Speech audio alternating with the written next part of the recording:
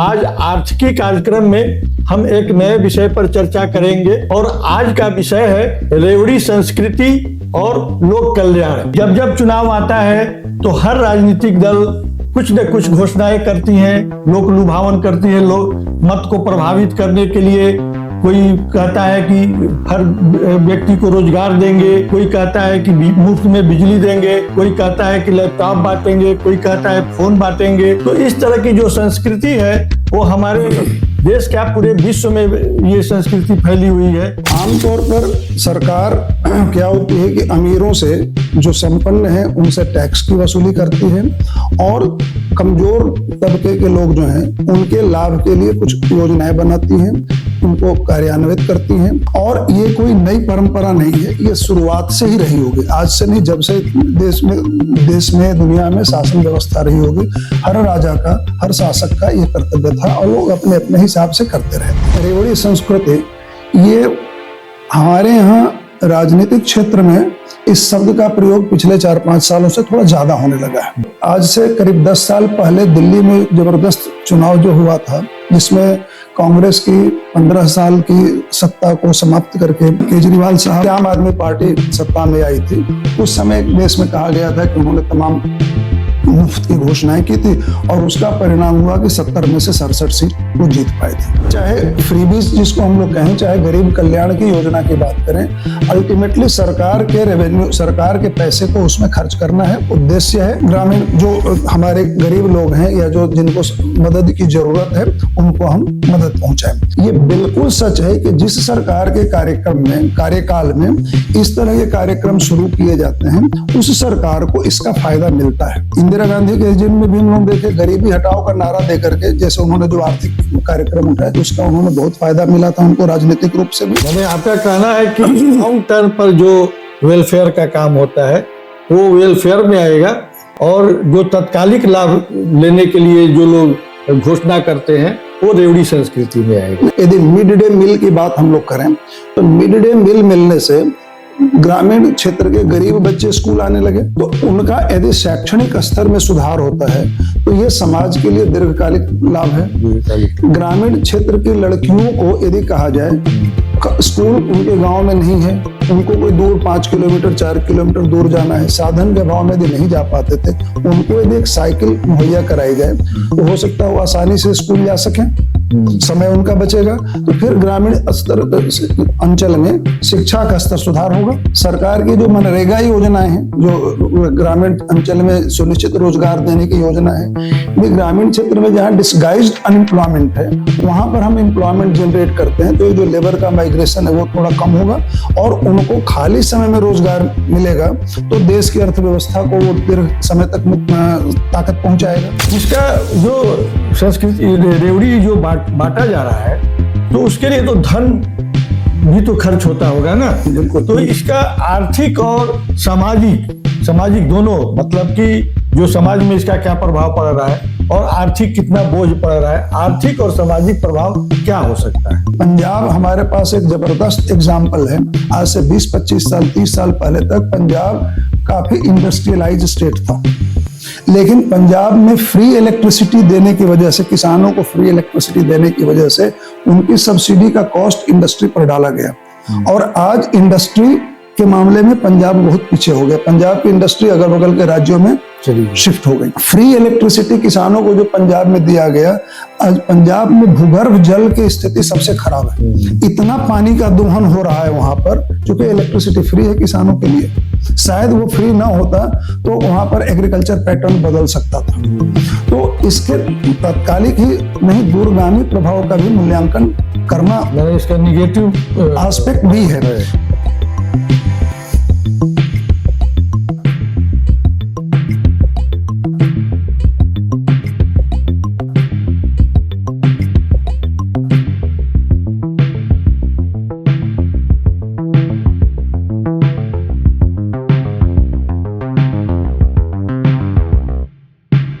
नमस्कार दोस्तों, Banaras global times से मैं डॉक्टर नागेंद्र पाठक। आज आर्थिकी कार्यक्रम में हम एक नए विषय पर चर्चा करेंगे और आज का विषय है रेवड़ी संस्कृति और लोक कल्याण। Freebies culture and welfarism. तो हमारे साथ स्टूडियो में मौजूद हैं श्री M.K. पांडे जी, जो आर्थिक विशेषज्ञ हैं। हम लोग आज बात करेंगे रेवड़ी संस्कृति पर। जैसा कि आप लोग जानते हैं कि जब जब चुनाव आता है तो हर राजनीतिक दल कुछ न कुछ घोषणाएं करती हैं, लोक लुभावन करती है, लोग मत को प्रभावित करने के लिए। कोई कहता है कि हर व्यक्ति को रोजगार देंगे, कोई कहता है कि मुफ्त में बिजली देंगे, कोई कहता है कि लैपटॉप बांटेंगे, कोई कहता है फोन बांटेंगे। तो इस तरह की जो संस्कृति है वो हमारे देश क्या पूरे विश्व में ये संस्कृति फैली हुई है। तो इससे वेलफेयर का क्या रिलेशन है, इस संबंध में हम बात करेंगे श्री M.K. पांडे जी से। तो आपका स्वागत है बनारस ग्लोबल टाइम्स के स्टूडियो में। और पांडे जी से आज मेरा पहला प्रश्न ये है कि ये रेवड़ी संस्कृति है क्या? फ्रीबीज कल्चर किसको कहते हैं? सर धन्यवाद पाठक जी। मैं इसके पहले कि आपके इस प्रश्न का स्पेसिफिक उत्तर दूं, इसमें थोड़ा सा हम लोगों को बैकग्राउंड में मैं आपको ले चलना चाहूंगा। किसी भी तरह का शासन व्यवस्था हो, राजतंत्र से लेकर प्रजातंत्र तक, शासन का यह कर्तव्य है कि उसके दायरे में आने वाले समस्त नागरिकों का कल्याण हो। समस्त नागरिकों का कल्याण सुनिश्चित करना हर शासन व्यवस्था का पहला कर्तव्य है। देश में या उसके शासन के क्षेत्र में व्यक्ति अलग अलग आर्थिक, सामाजिक, शैक्षिक तरह के परिस्थितियों में निवास करते हैं। तो आमतौर पर सरकार क्या होती है कि अमीरों से, जो संपन्न हैं, उनसे टैक्स की वसूली करती है और कमजोर तबके के लोग जो हैं उनके लाभ के लिए कुछ योजनाएं बनाती हैं, उनको कार्यान्वित करती हैं, ताकि ये जो अमीर और गरीब का गैप है वो थोड़ा कम हो सके, हर व्यक्ति सुख और शांति से एक सम्मानजनक तरीके से जी सके। और ये कोई नई परंपरा नहीं है, ये शुरुआत से ही रही होगी, आज से नहीं। जब से देश में दुनिया में शासन व्यवस्था रही होगी, हर राजा का, हर शासक का ये कर्तव्य था और लोग अपने अपने हिसाब से करते रहे थे।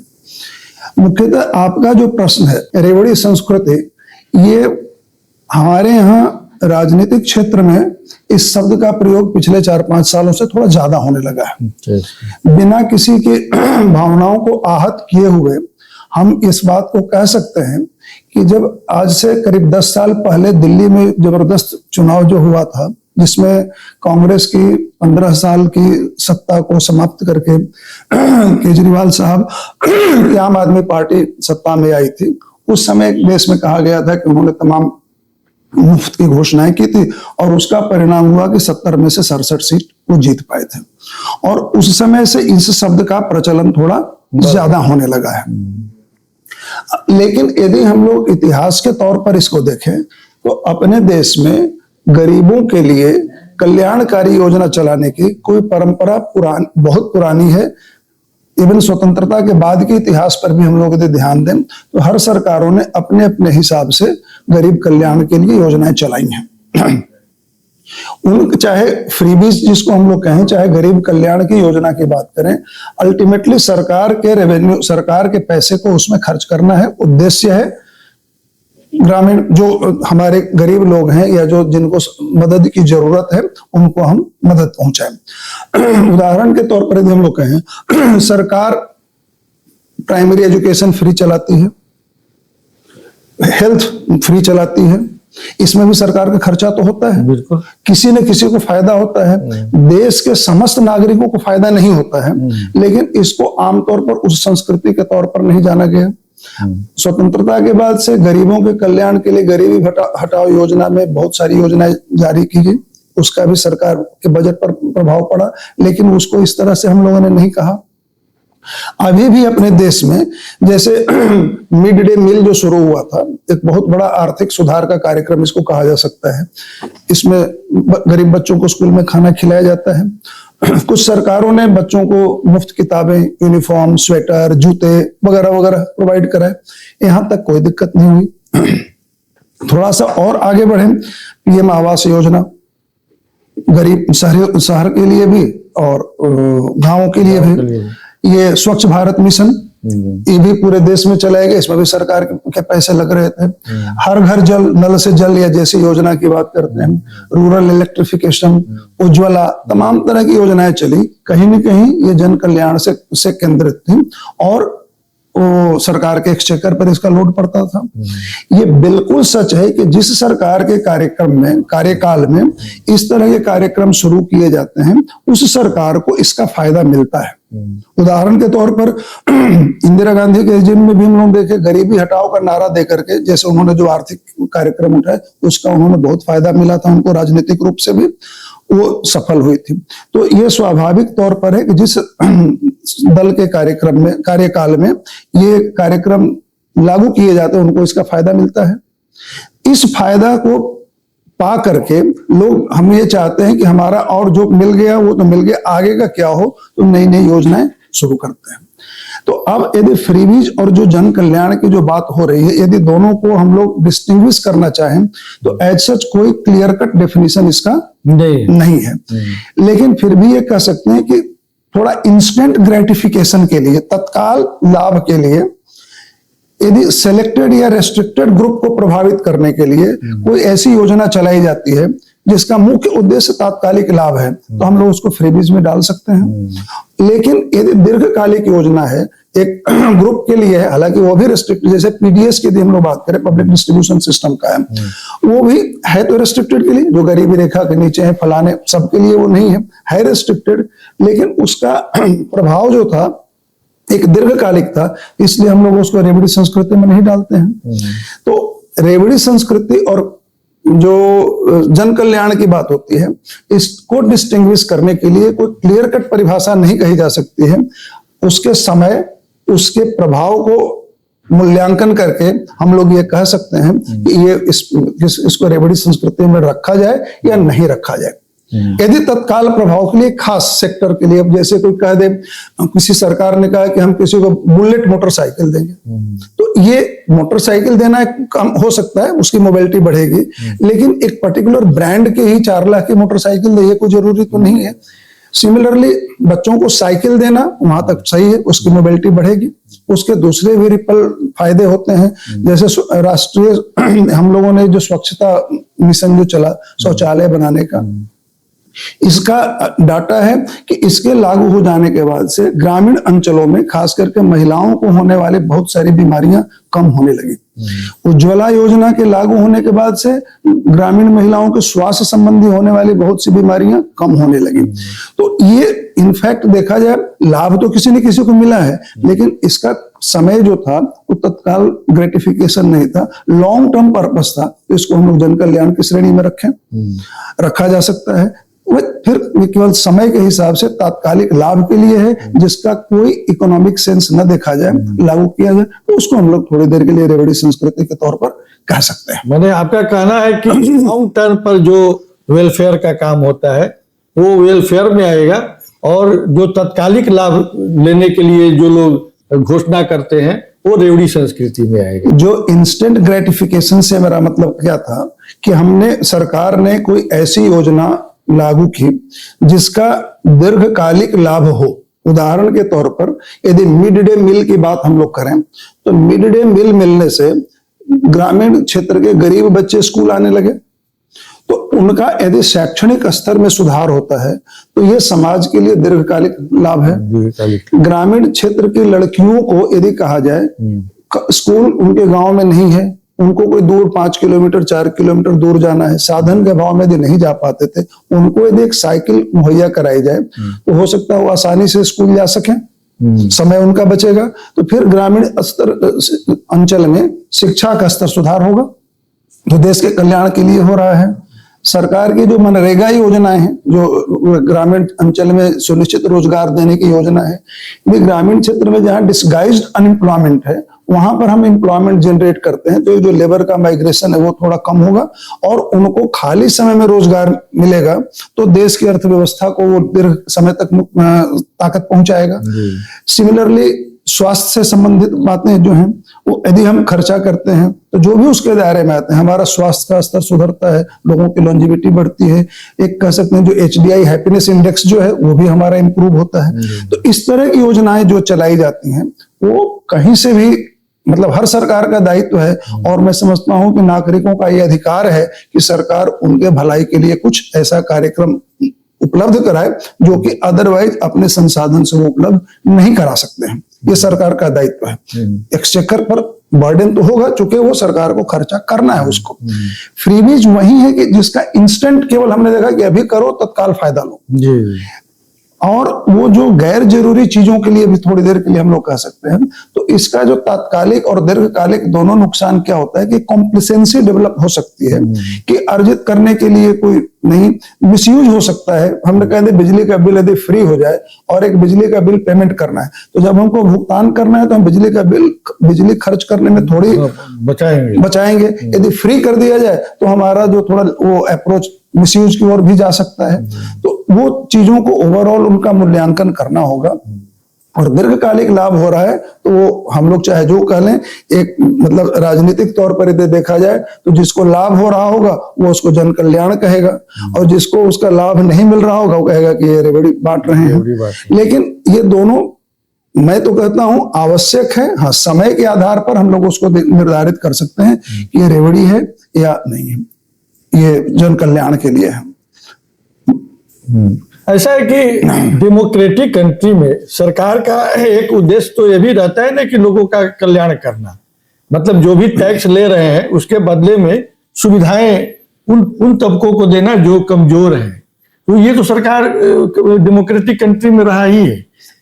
अगला सवाल मेरा ये है कि इसका जो संस्कृति रेवड़ी जो बांटा जा रहा है तो उसके लिए तो धन भी तो खर्च होता होगा ना। तो इसका आर्थिक और सामाजिक दोनों, मतलब कि जो समाज में इसका क्या प्रभाव पड़ रहा है और आर्थिक कितना बोझ पड़ रहा है, आर्थिक और सामाजिक प्रभाव क्या हो सकता है?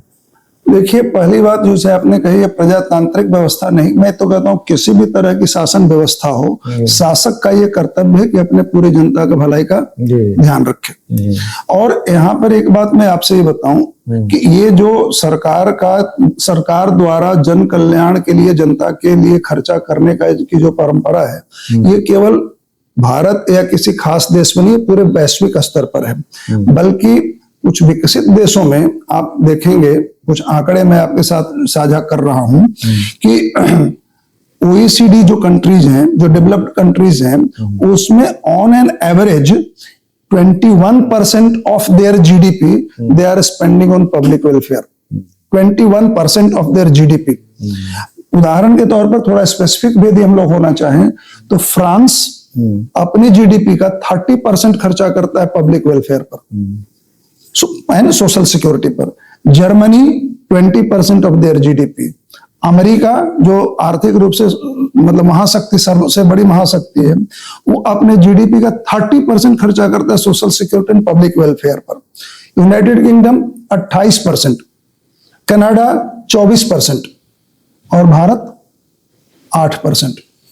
तो ऐसे देखा जाए टोटल क्वांटम को भी कर लें, हम अपने GDP का भी अपना यदि हम 4 ट्रिलियन माने तो उसका हम 8% खर्चा कर रहे हैं।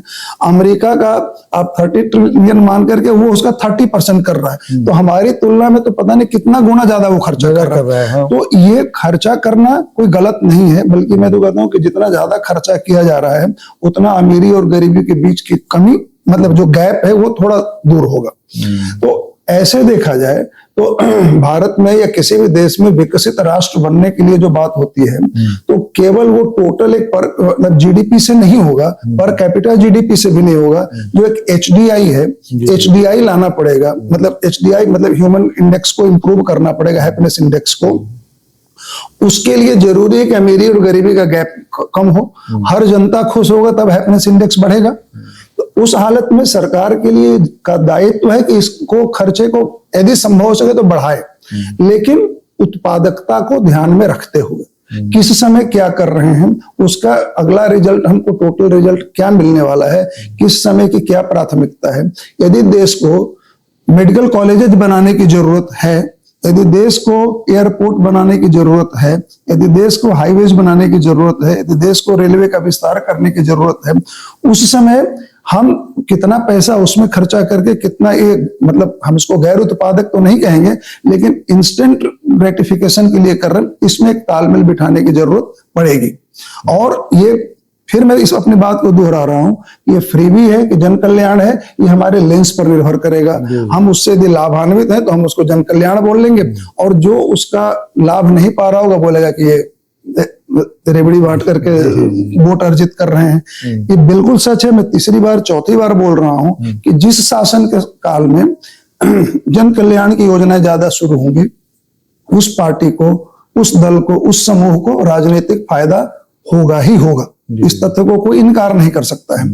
लेकिन अति उत्साह में कई बार ऐसा देखा जाता है, मतलब चूंकि इंस्टेंट ग्रेटिफिकेशन दिमाग में एक आइडिया है, तो unrealistic, unproductive in the sense जो इंस्टेंट के हिसाब से लोग वो कमिट करते हैं और फिर उसको यथासंभव पूरा भी करते हैं और नहीं भी करते हैं। उदाहरण के तौर पर मैं कह सकता हूं कि पंजाब हमारे पास एक जबरदस्त एग्जाम्पल है।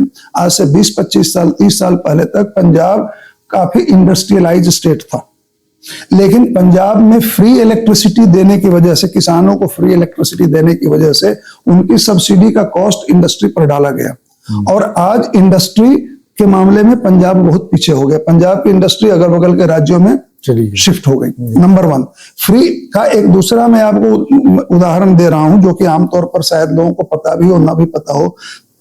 फ्री इलेक्ट्रिसिटी किसानों को जो पंजाब में दिया गया, आज पंजाब में भूगर्भ जल की स्थिति सबसे खराब है।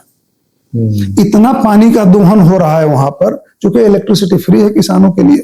शायद वो फ्री ना होता तो वहां पर एग्रीकल्चर पैटर्न बदल सकता था। तो इसके तात्कालिक ही नहीं, दूरगामी प्रभाव का भी मूल्यांकन करना, इसका निगेटिव एस्पेक्ट भी है। तो ओवरऑल मिला करके ये मूल्यांकन करना चाहिए, करना होगा, किया जाना चाहिए कि हम किस समय कौन सी योजना लागू कर रहे हैं, वो अपने देश की प्राथमिकता है, देश के दीर्घकालिक आर्थिक और सामाजिक विकास की प्राथमिकता है, या इंस्टेंट ग्रेटिफिकेशन है।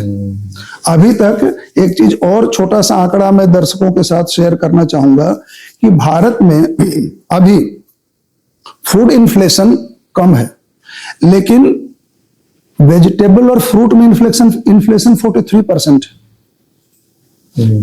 मिल्क में इन्फ्लेशन 17% बढ़ा है, मतलब 17% इंक्रीज है। क्यों ऐसा हो रहा है कि सरकार फूड ग्रेन सप्लाई कर रही है फ्री में, तो लोगों को खाने भर के तो अन्न हो गए।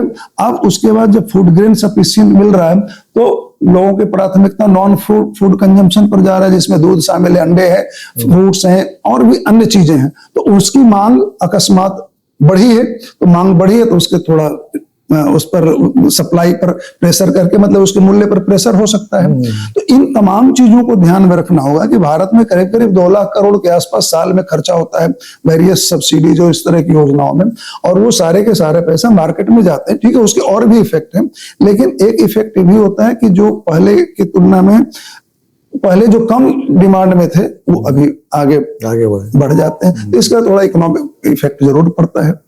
ये कोई नकारात्मक बात मैं नहीं कह रहा हूं, ये मतलब सकारात्मक पहलू ही है। तो तमाम चीजों का मूल्यांकन करके योजना को दीर्घकालिक सोच के साथ लागू किया जाए तो बहुत अच्छी बात है, तो जन कल्याण की श्रेणी में आएगा। हम लोग उसको रेवड़ी शायद न कहें। एक प्रश्न और है कि रेवड़ी संस्कृति केवल भारत में ही है कि पूरे विश्व स्तर पर है? इसका वैश्विक जो सिचुएशन है, स्थिति है, उसके बारे में आप कुछ बताएं। सर, पहली बात तो ये है कि रेवड़ी कहना है या नहीं कहना है, वो लागू करने और नहीं लागू करने पर करने वाले के लाभ और तत्काल पर हानि होगा। जैसा मैंने शुरू में ही कहा, कुछ अभी देर पहले जो मैंने आंकड़े बताए कि जो विकसित देश है उसमें लगभग 21% of their GDP they are spending it on social security and public welfare. अब सवाल ये उठता है कि जैसे फ्रांस की स्थिति मैं बताऊं, फ्रांस में 30% का ये है और अपनों के जीडीपी का 30% वो खर्चा करते हैं। अब सवाल ये उठेगा कि मान लिया कि कोई अगली सरकार आए और वो अपने फाइनेंशियल कांस्टेंट को देखते हुए कहेगा कि हम इसमें से कुछ कटौती कर रहे हैं, तो निश्चित रूप से वो अप्रिय होगा। जब अप्रिय होगा और उसको राजनीतिक या रूप से यदि नुकसान होगा तो वो बोलेगा कि पिछले वालों ने कुछ ऐसा कर रखा था जो अब सस्टेनेबल नहीं है। एक बात ये होगी। अब जो नई सरकार आती है और जनता जहां भी जिस सुविधा से जिसको प्राप्त हो चुका है वो सुविधा छोड़ना कोई पसंद करेगा नहीं, तो वहां पर सरकार के साथ या जो भी सत्ता में होगा उसके साथ बैलेंस करना मतलब एक दुधारी तलवार जैसा है। एक तरफ कुआं है, दूसरी तरफ खाई है। तो ये कोई वैश्विक समस्या ही है, कोई अपने केवल भारत जैसे देश में या किसी गरीब देश में नहीं। हाँ, गरीब देशों में क्या है कि छोटी छोटी चीजें भी प्रभावित करती हैं। 100 यूनिट बिजली भी बहुत मायने रखता है। किसी स्कूल के बच्चे को फ्री बैग और यूनिफॉर्म और एक स्वेटर भी मायने रखता है। वहां पर शायद इतनी बड़ी बात नहीं होती होगी, वहां पर अनएम्प्लॉयमेंट अलाउंस इतना ज्यादा मिलता है जितना हमारे देश में नौकरी करने वालों को सैलरी नहीं मिलती है। लेकिन फैक्ट वही है, वहां पर ये भारत के संदर्भ में हम दूसरे देश की तुलना करें तो शायद उतना बढ़िया रिजल्ट हम लोग निष्कर्ष नहीं निकाल सकते हैं। वो उसी देश में दो अलग अलग पार्टी या जो ग्रुप जो भी होंगे वो मूल्यांकन करेंगे तो वो उसको बोलेंगे कि जन कल्याण का था कि फ्रीबी का था। तो बहुत बहुत आपको धन्यवाद, आपने बहुत जानकारी दी। जैसा कि दोस्तों आप लोग अभी सुन रहे थे रेवड़ी संस्कृति और लोक कल्याण, तो इसमें बात ये आई कि जो लॉन्ग टर्म तक जो सुविधाएं दी जाए जो सरकार की तरफ से, वो कल्याणकारी योजना और जो तत्कालिक लाभ के लिए कोई अगर कोई घोषणा करता है तो उसको रेवड़ी संस्कृति में डाल दिया जाता है। ऐसा कोई निश्चित परिभाषा नहीं है जिससे कि हम दोनों को अलग अलग कर सके। तो इस वीडियो को आप लोग लाइक कीजिए, शेयर कीजिए और उससे पहले सब्सक्राइब कीजिए जरूर, जिससे कि नया वीडियो आप तक तत्काल जल्द मिल सके। धन्यवाद। तो धन्यवाद पांडे जी, आपको स्टूडियो में आने के लिए।